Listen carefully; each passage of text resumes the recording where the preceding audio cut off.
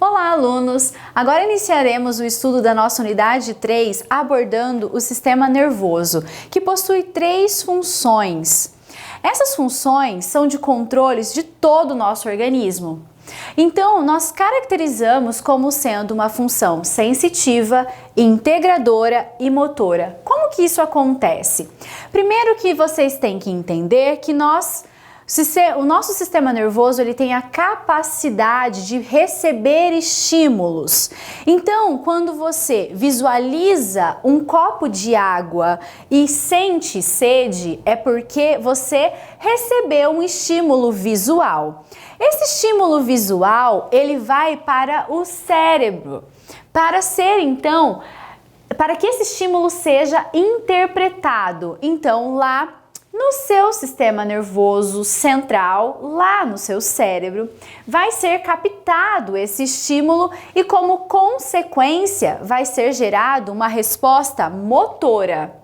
Essa resposta motora significa que, ao visualizar a água, o seu cérebro entendeu, você sente sede, saliva e aí a resposta é de secreção glandulares ou de contração muscular.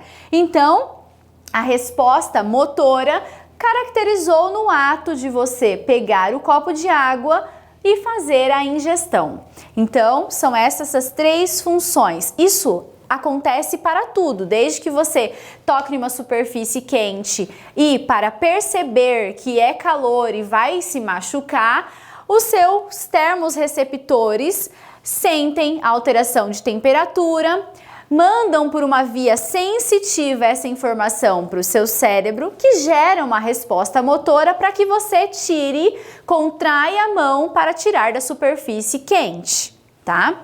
O sistema nervoso, ele é formado por uma célula específica, que são os neurônios. Os neurônios, então, são as células que têm a função de transmitir impulsos elétricos entre si e propagar essa condução, essa propagação da resposta desde que acione um órgão para fazer contração muscular. Então, os neurônios, eles têm um corpo, axônios e dendritos. Essas são as estruturas básicas de um neurônio. Lembrem-se que os impulsos nervosos, eles partem sempre do corpo do neurônio em direção ao axônio. O sistema nervoso ele é dividido em 2 partes. Nós temos então o sistema nervoso central e o sistema nervoso periférico, que será tema da nossa próxima aula. Então, quanto ao sistema nervoso central, o sistema nervoso central, ele envolve estruturas como o encéfalo, tá? Então, o encéfalo, ele tem 3 regiões, que é o cérebro, cerebelo e o tronco encefálico. Se você ouvir o termo cérebro, você está se referindo a apenas uma parte do sistema nervoso central. O termo encéfalo, você está englobando cérebro, tronco encefálico e cerebelo. Também faz parte do sistema nervoso central a medula espinal. Então agora a gente vai falar um pouquinho sobre cada uma dessas estruturas. O encéfalo, então, é dividido em tronco encefálico, cerebelo e cérebro propriamente dito. Quanto à primeira estrutura do encéfalo, vamos começar a abordar o tronco encefálico, que é dividido em 3 partes, que é o mesencéfalo, ponte e bulbo. Então, observem nessa imagem. E aqui nós temos, então, em negrito, salientados para vocês, observem na ponta da seta, o mesencéfalo, a ponte e o bulbo. O tronco encefálico, através dessas 3 estruturas, são responsáveis pela retransmissão de impulsos nervosos. Então, os sinais que você capta, sensitivos, que chegam na sua medula, a primeira estrutura que esses sinais chegam no seu sistema nervoso central vai para ser processado e retransmitido do tronco encefálico para outras áreas cerebrais. O cerebelo, segunda estrutura do encéfalo, o cerebelo ele é responsável por toda a parte de coordenação motora tá? Tem esse aspecto de couve-flor, parece muito uma couve-flor, está localizada posteriormente, então atrás do tronco encefálico. E o cérebro propriamente dito, que é dividido em duas partes. O diencéfalo, que é composto por tálamo, tá? Aqui em roxinho vocês observam na imagem o diencéfalo. Então nós temos o tálamo, o hipotálamo e o epitálamo.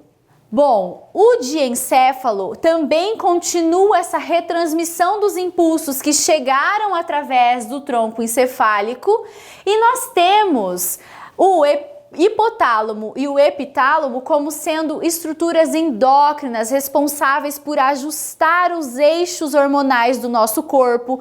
O hipotálamo também controla o ciclo sono-vigília, juntamente com o epitálamo, através da produção de melatonina que acontece na glândula pineal, localizada no epitálamo. Bom, o telencéfalo é o que nós conhecemos como cérebro, tá? Porque ao observar ele, você consegue ver essa presença de giros e sulcos que o cérebro tem, tá? Então, o telencéfalo é dividido em dois hemisférios. Então, você tem o hemisfério direito e o hemisfério esquerdo cerebral. E nós temos os lóbulos cerebrais. Então, aqui na imagem à sua direita, você observa em rosa o lobo frontal, tá? Que é dividido por um sulco central do próximo lóbulo cerebral que está em azul para vocês, que é o lóbulo parietal. Aqui em roxo nós temos o lóbulo temporal e localizado mais posteriormente, logo acima do cerebelo, nós temos em azul o lobo occipital.